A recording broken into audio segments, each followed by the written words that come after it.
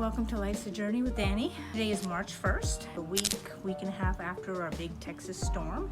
Ice and no snow, so that's all gone. So update on the garden. I brought my peach trees out. They were in the house for approximately that week and a half. They are starting to come back. See, some of them, they did have a little bit of a frost damage there a little bit, but now they are starting to come back a little bit. This is my little runt baby here. He got a little frostbite there. They are starting to come back though. Weather's starting to pick up a little bit. I think it's about 50. I want to say it's like in the 50s today. For my vegetables, I did have them inside the porch. These are a little bit more cold hardy. They weren't in the direct outside, but they were in the porch, so they had a little bit of windbreak there. The Brussels sprouts, which are doing okay, they're starting to come back a little bit. They're a little bit white there, but now it looks like they're starting to come back.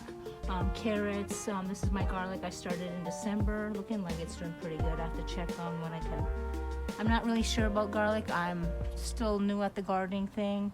So gardening, the garlic thing was an experiment for me. It was just kind of a spur of the moment thing I did with the grandkids. Just kind of threw them in there to see if they'd work.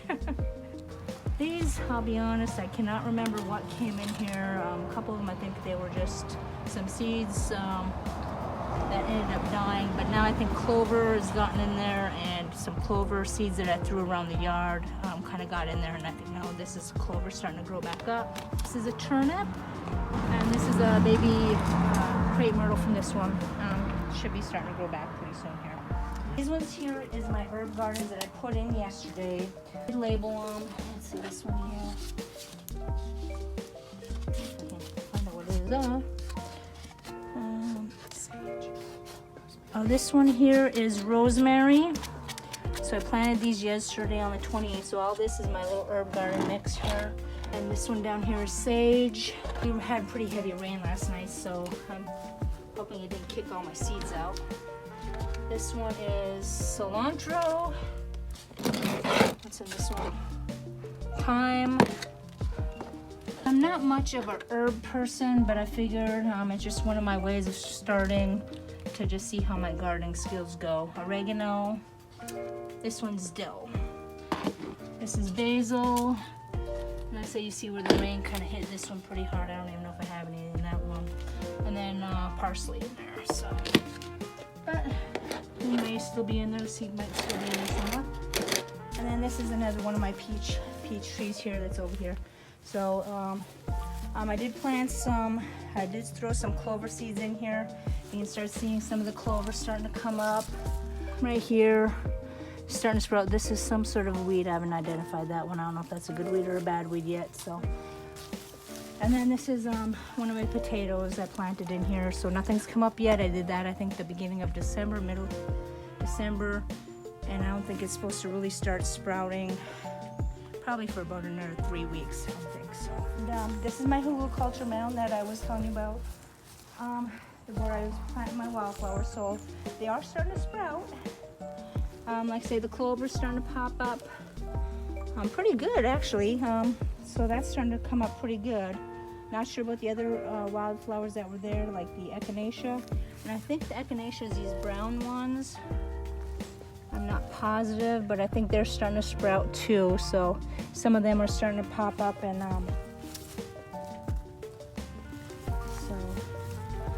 so some of them are, I mean, you can start seeing some of them. They're a little bit late, but they're starting to get their little buds there. So little by little, they're starting to grow. So I'll have my little wildflower thing here for the birds. And then I also put some in here. So I did put some clover in here for some wildflowers in here as well. And clover, the red clover is supposed to be like a nitrogen fixer slash compaction. It helps the compaction in the soils. So it does like a double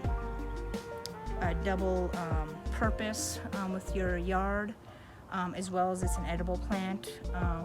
So we'll see how it does on the soil. And like I say, I was trying to get some little things that are like edible slash pretty flowers and multi-purpose things in the yard. So we'll see how that goes. I also put some in here as well.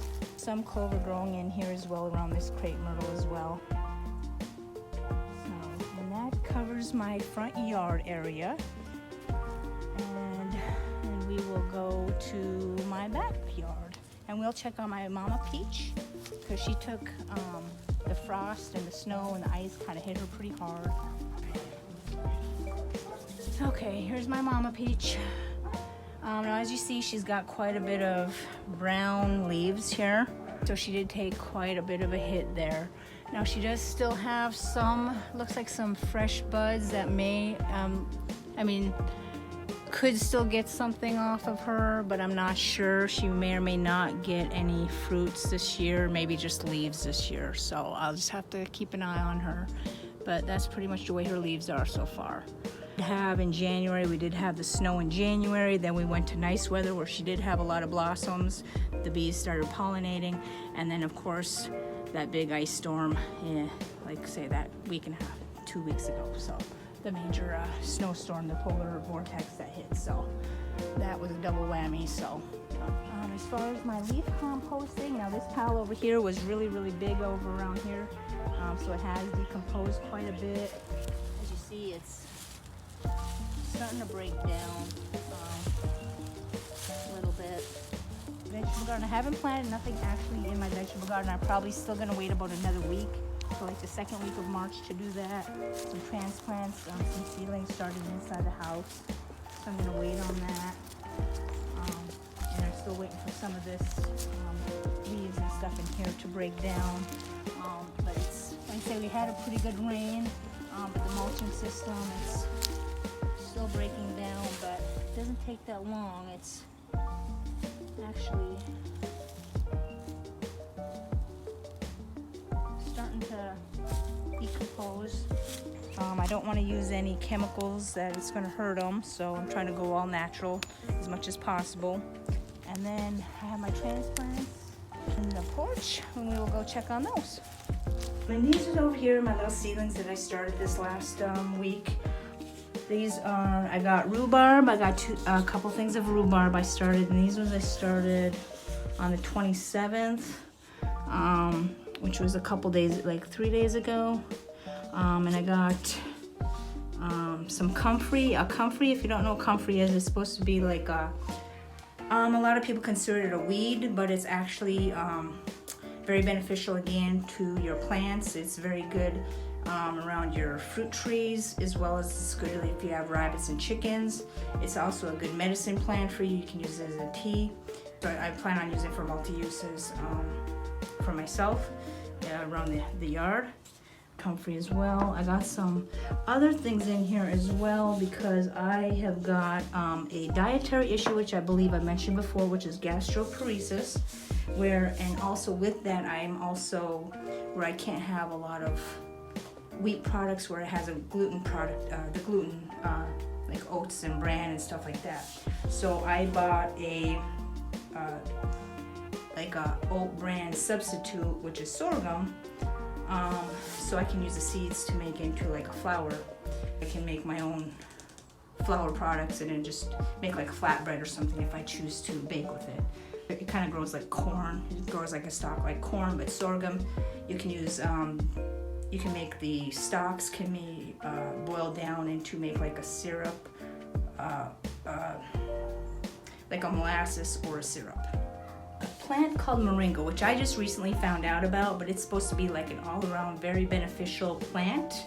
It's a tree. You can use the flowers, the seeds, plus the leaves and the roots if you needed to. But it's kind of like a super green food and you can also you can eat the seeds or you can buy like a green powder to it.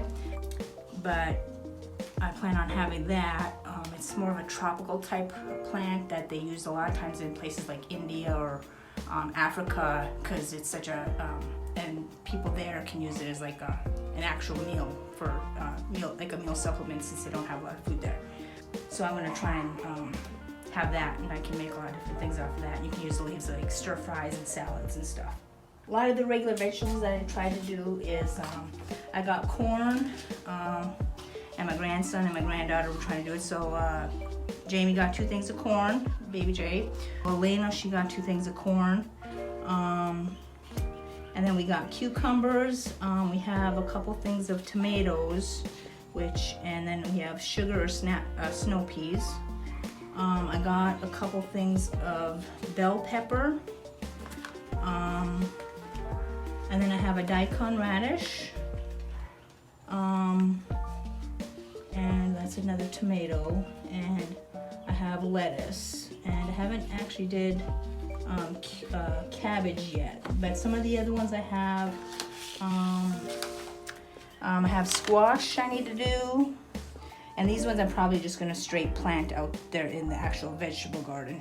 So I have this is more of a zucchini, and then the actual string beans, cabbage, broccoli, cauliflower, and then red cherry tomatoes, and then some kale, and then another snap pea, and then some more carrots, and then spinach, and some more kale, onions, some more Brussels sprouts, some more lettuce, bell peppers, tomatoes, carrots, and some more carrots and tomatoes. So I have quite a bit of vegetables, and I didn't realize when I bought so many, I forgot about how many seeds are in a package. So, but if anything, I'll just have seeds for later, for the fall or next spring. And then another one I did get was, another one is an amaranth, which is a flower.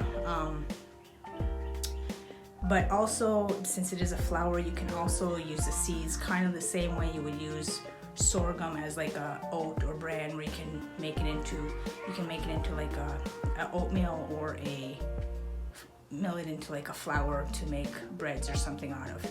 So that would be like my substitute, like a gluten-free flour type thing. So these are the things I've done. And then as far as a flower, I got my hollyhocks, yellow hollyhocks, which I found out hollyhocks as well are an edible flower. You can actually eat those. They're actually a beneficial flower to eat as well. I know a lot of people probably thinking, why would you eat a flower? But believe it or not, it's actually very beneficial for a lot of reasons, especially with the digestive problems that I have. So I'm looking into things that I can take that are more natural to help me out with my digestive problems. So I'm hoping these will work. Doing more research in it, but hopefully my gardening project will work. Follow me along. I appreciate your time. Any tips? Enjoy the video. Talk to you next time. And see you later. Thank you.